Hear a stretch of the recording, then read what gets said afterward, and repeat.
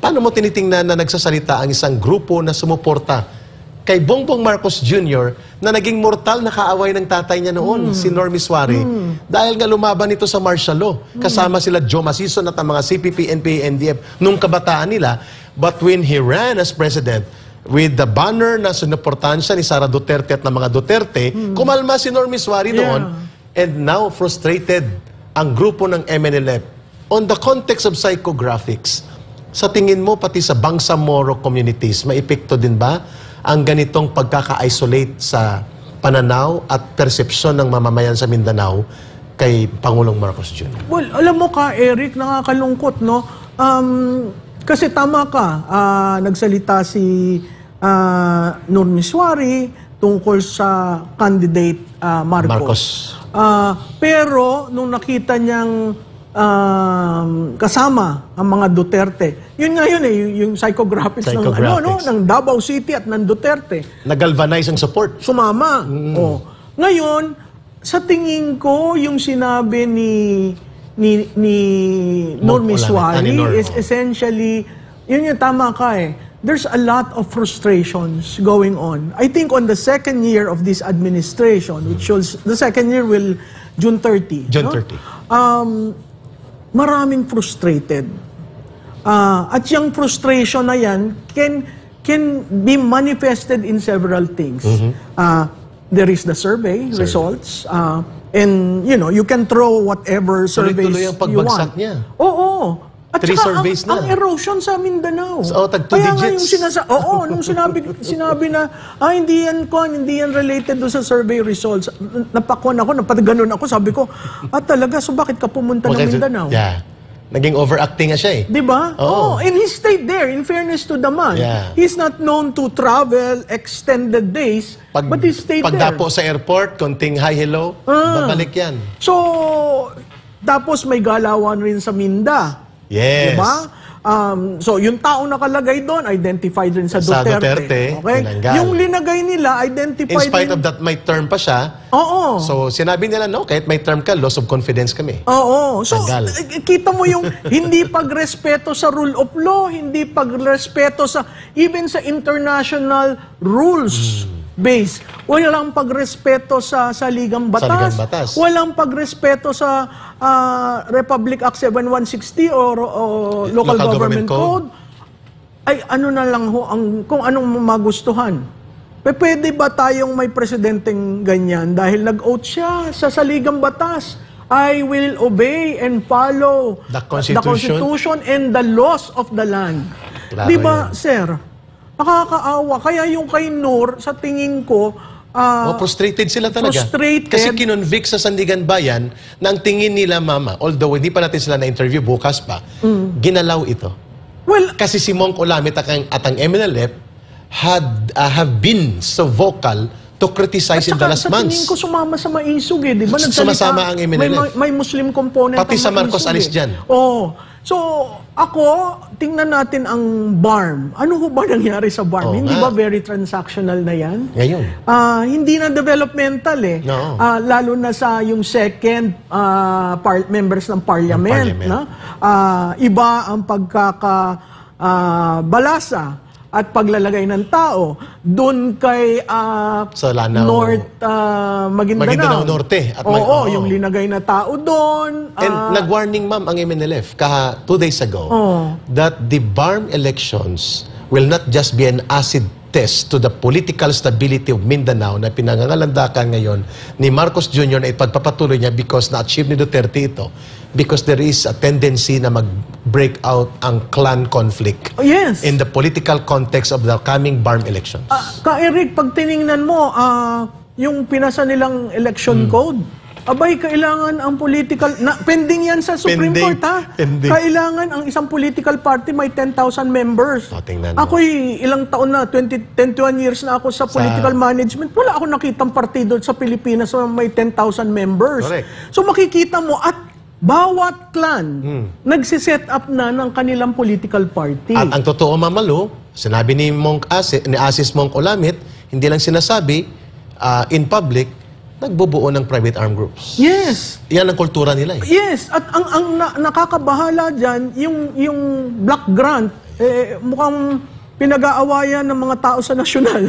Isa yun. Nakakalungkot to, hindi bumababa sa BARM kasi ano na naman ito, failed experiment na tayo. Galing tayo sa ARM, inayos natin, binigyan ng block grant, nandun siya, si Presidente Marcos. Kasi sa committee niya yan dumami. Parang hindi alam ayusin. Ang nagsolba lang si Mig Subiri, si Senator Subiri.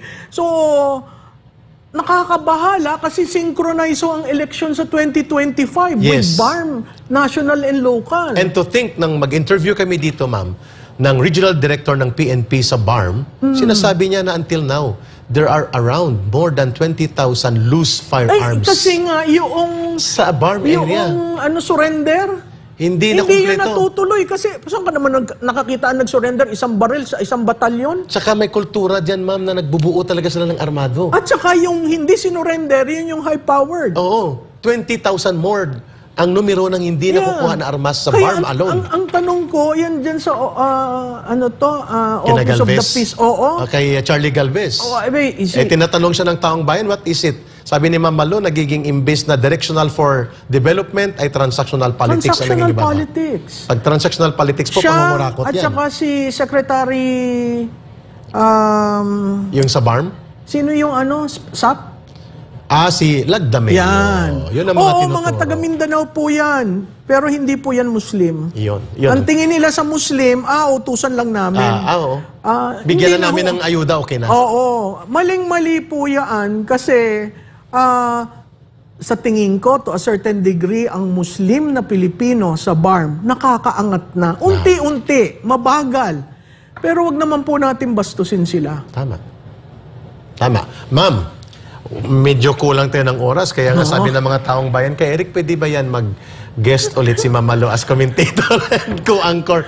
Ma'am, ang isang naglilinaw starting last month na sinusundan ko siya is ang pagwa-warning ni former President Rodrigo Duterte na lumalakas ang authoritarianism and rule towards authoritarianism sa Marcos government rather than strengthening democratic practices. And sa binanggit mo, sa practices na nakikita, mukhang tumutugma at hindi lamang prophetic ang sinasabi ni Rodrigo Duterte, kung hindi practically nangaganap na. How do you react? Ako, Eric, nag-agree ako doon eh. Hindi na isolated cases eh. Kasi kung isolated cases, madali mong, okay, siguro may problema doon. Pero marami na. Ang nakakatakot yung karapatan ng tao na sinisikil sa pananalita. Example, SMNI. Hanggang ngayon, hanging ang SMNI. Napalipat nga yung jurisdiction kaagad eh. Yeah.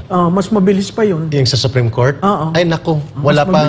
Diba? Nagulat na lang tayo. Bakit? Malfunction ba ang korte doon? Due process. Ang due process. Ang due process. Wala kang hindi binigyan ng notice. Di ba? Biglang may decision. So, ako, nag-agree ako doon. It's a creeping style.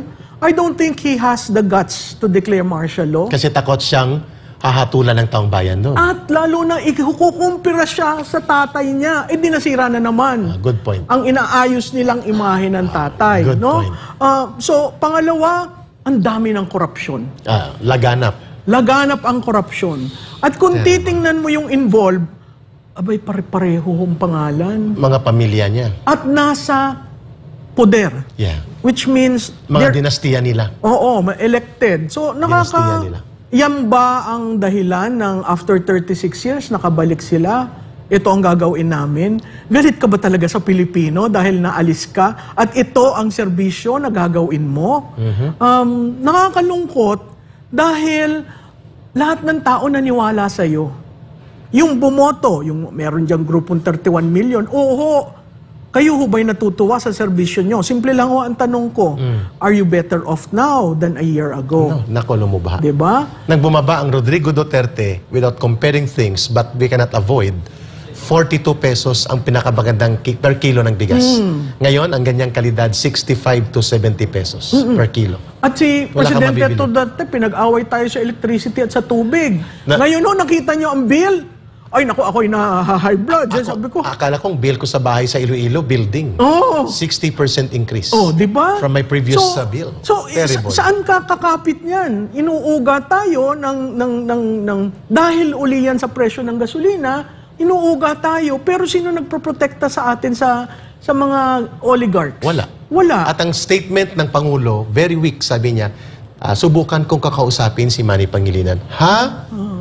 The government should stand with the people. Eric, tinan mo yan sa oligarch Susubukan kong kausapin. may respeto siya. Sa taong bayan, hindi.